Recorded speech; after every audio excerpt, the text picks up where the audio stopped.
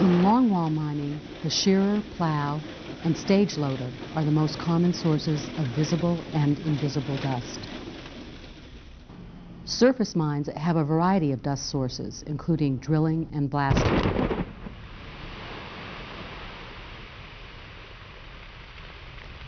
Loading and hauling produce dust from the operation of heavy equipment such as loaders, dozers, drag lines, and haul trucks. Dust on roadways and around stockpiles and loading operations is also often a problem. Does any of this look familiar to you? If it does, you may be at risk of contracting a dust-related disease. But how do you know if you really are at risk? If you work in dusty areas, you're at risk if the areas don't have adequate dust control measures, or if you work without adequate respiratory protection. We've talked about respirable particles of coal dust and silica. How do they do their dirty work? It might be helpful first to look at how our breathing or respiratory system works. Basically, the respiratory system consists of nose, mouth, major airways like the trachea and the large breathing tubes, the bronchi. Those breathing tubes continue to branch into smaller and smaller divisions, and then you get into some areas where there begin to be small air sacs. They're very tiny, called alveoli. They're the smallest unit in the lung. And gradually it turns out that the end, almost everything is these small balloon-like structures.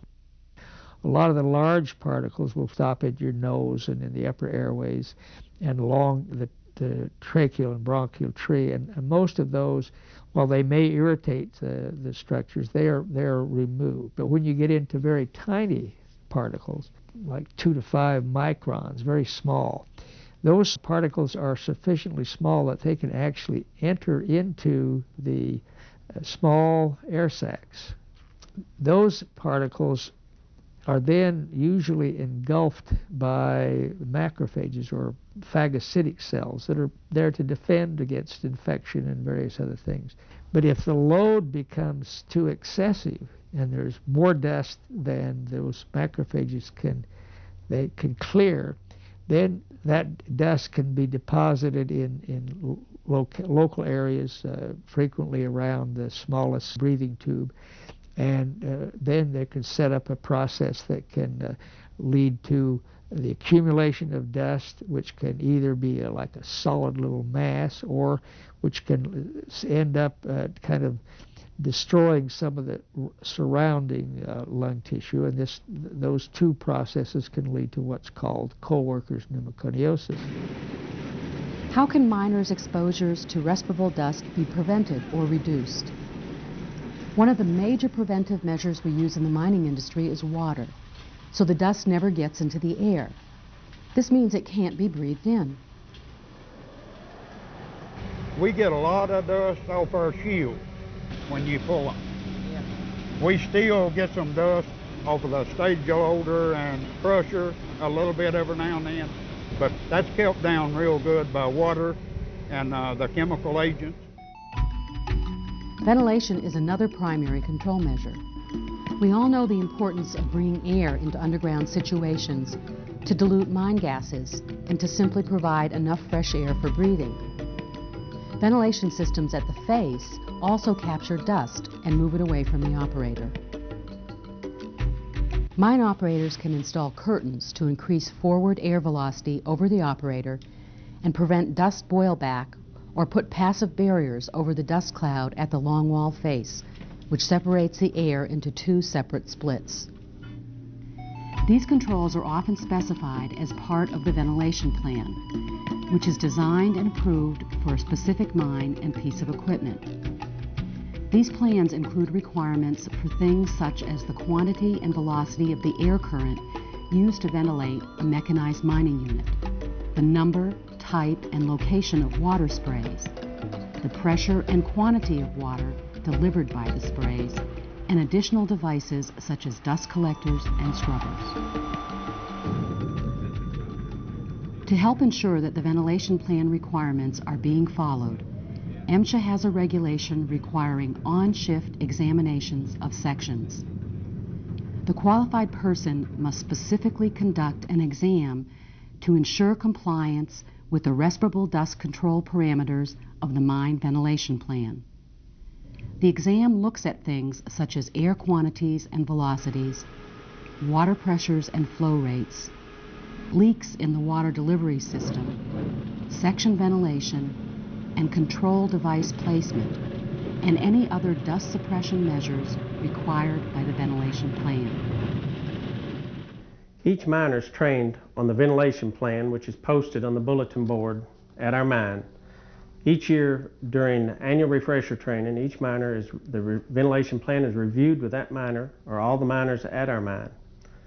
And in that plan, it shows the water pressures that's required on each miner, the number of sprays on each miner, the number of sprays and water pressure on the shear, the number of water sprays at our crushers, at our dumping points, and also the dust collection system that we have on our bolters. We also can wet materials as they are cut and removed to keep dust from getting into the air. Water is used at crushers and transfer points, and we can add water sprays to reduce major dust sources in outby areas. In longwall operations, you'll see a shearer clearer that relies on the air-moving qualities of normal water sprays to confine the dust cloud and move it away from the operator. These engineering controls are important ways to keep dust from getting into the air or at least reduce dust exposures. Other controls might isolate the miner from the hazard. For example, use remote controls and locate the operator upwind of the dust source. This is commonly used in continuous and longwall mining systems. On conventional and continuous mining sections, you can mine in seam so that top and bottom are not taken, thus reducing potential silica exposure. In surface operations, install enclosed equipment cabs, or when buying new equipment, ensure that cabs are well sealed with positive pressure and have high efficiency filtration systems. Finally, we water haul roads to keep dust down.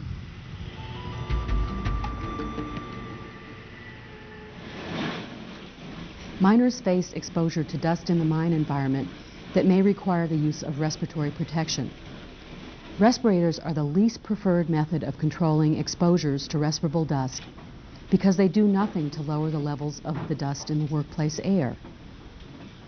While they may provide added protection, respirators must be worn properly to be effective. Reducing exposures is the priority of any pneumoconiosis prevention program, but medical screening can be used for early detection of respiratory disease. Such a program could include information for miners on the screening program, pre-placement lung function tests and chest x-rays, lung function tests every 1 to 3 years after starting work in a mine, chest x-rays every 3 to 5 years after starting work in a mine for exposed miners, medical and work history questionnaires, and a respiratory symptom questionnaire. Remember that with continued exposure to respirable dust, after 30 years, your lungs may look like this. Miners with impaired lung function or X-ray evidence of pneumoconiosis who work underground or in surface areas of underground mines must be told of their rights to transfer to a less dusty area of the mine with no loss of pay. I firmly believe that there has been significant improvement in underground coal mines in terms of dust control. I do not believe it's perfect, and I do not believe it's been good enough. Some of the surface mining operations have not improved because initially the surface mining people weren't even included in the act. But now they know that in certain occupations in surface mining, there is a very high risk of silicosis. In fact, a few weeks ago, on one day, I saw two men, 140 and 141, with fewer than 20 years of surface mine drillers who had category B complicated pneumoconiosis, which is almost as bad as you can get, and who did have significant impairment. They were young men. They will not survive many years. The guys just, I don't know if they thought about black lung. I never did, to be quite honest with you. I never thought about it. If I had, I might have been more cautious. At 35 years of age with 2 small children and telling someone that you can't work anymore, I mean, that's quite a blow. And you're wondering, how am I going to support my family? How are we going to eat? What else can we do? MSHA provides a hotline number that anyone can call with questions about the accuracy of dust sampling or the effectiveness of the dust control program in a specific mine. If you have concerns about exposures at your location, call, write, or fax us, and we will make an inspection to ensure that a high-quality and effective dust control program is in place and that dust levels are low enough to protect you and your fellow miners.